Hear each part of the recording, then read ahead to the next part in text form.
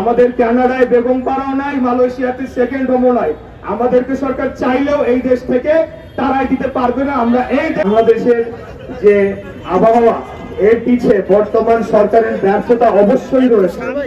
আপনারা জানেন যে অপরিকল্পিত উন্নয়ন, বিভিন্ন জলাশয় ভরাট, বায়ু দূষণ, আবহাওয়া দূষণ নিয়ন্ত্রণে ব্যর্থতা, এবং আপনারা জানেন যে ফারাক্কা বাঁধের নির্মাণের ফলে বাংলাদেশের নদীগুলায় পানি প্রবাহ কমে যাওয়া এবং বাংলাদেশের বিভিন্ন নদী মধ্যে এখন মরুভূমির মতো বিভিন্ন চর জেগে ওঠা, এই সকল কারণের জন্যেই আজকে বাংলাদেশের যে আবহাওয়া এবং পরিস্থিতি সেটি অত্যন্ত ভয়াবহ পর্যায়ে চলে গিয়েছে। এই সরকার সকল কিছু নিয়ন্ত্রণ করতে ব্যর্থ হয়েছে। আপনারা জানেন যে ঢাকা শহরে যে এরকম একটা পরিস্থিতি, এরকম ঘনবসতিপূর্ণ একটা নগরী গড়ে তোলা হয়েছে, মানে বিল্ডিং কোড না মেনে সম্পূর্ণ অবৈধভাবে বিভিন্ন এলাকায় বহুতল ভবন নির্মিত হচ্ছে একদম সংকুচিত একটা জায়গার মধ্যে, যেটিও আমাদের এই আজকের তাপমাত্রা বেড়ে যাওয়ার অন্যতম একটি কারণ হিসেবে বিশেষজ্ঞরা চিহ্নিত করেছে। এরই মধ্যে এই সরকারের অত্যাচার নির্যাতনের মাত্রা চরম সীমা লঙ্ঘন করেছে।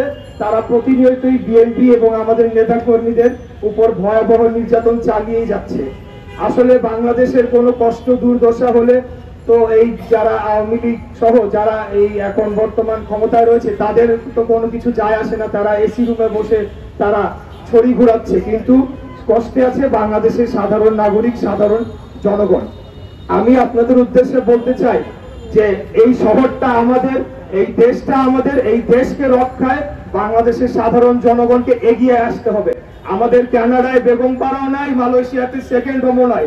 আমাদেরকে সরকার চাইলেও এই দেশ থেকে তারাই দিতে পারবে না। আমরা এই দেশে অবস্থান করে আগামী দিনে বাংলাদেশের গণতন্ত্রকে পুনরুদ্ধার করব, জনগণের অধিকার জনগণকে ফিরিয়ে দিব, বাংলাদেশের সার্বভৌমত্বকে রক্ষা করব এবং বাংলাদেশের অখণ্ডতাকে আমরা রক্ষা করব ইনশাআল্লাহ।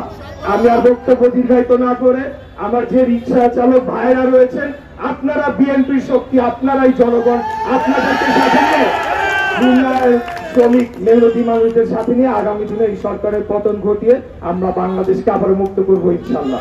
আপনাদের সবাইকে ধন্যবাদ, সবাই ভালো থাকবেন। আসসালামু আলাইকুম। মানুষের মধ্যে পানি এবং স্যালাইন বিতরণ কর্মসূচি উপস্থিত সংগ্রামী সভাপতি বীর মুক্তিযোদ্ধা জনাব আব্দুল সালাম, উপস্থিত প্রধান অতিথি বিএনপি সিনিয়র যুগ্ম মহাসচিব অ্যাডভোকেট বিপুল চৌধুরী রিজভী সহ উপস্থিত সকল নেতৃবৃন্দ, আসসালামু আলাইকুম। প্রিয় ভাইয়েরা, আজকে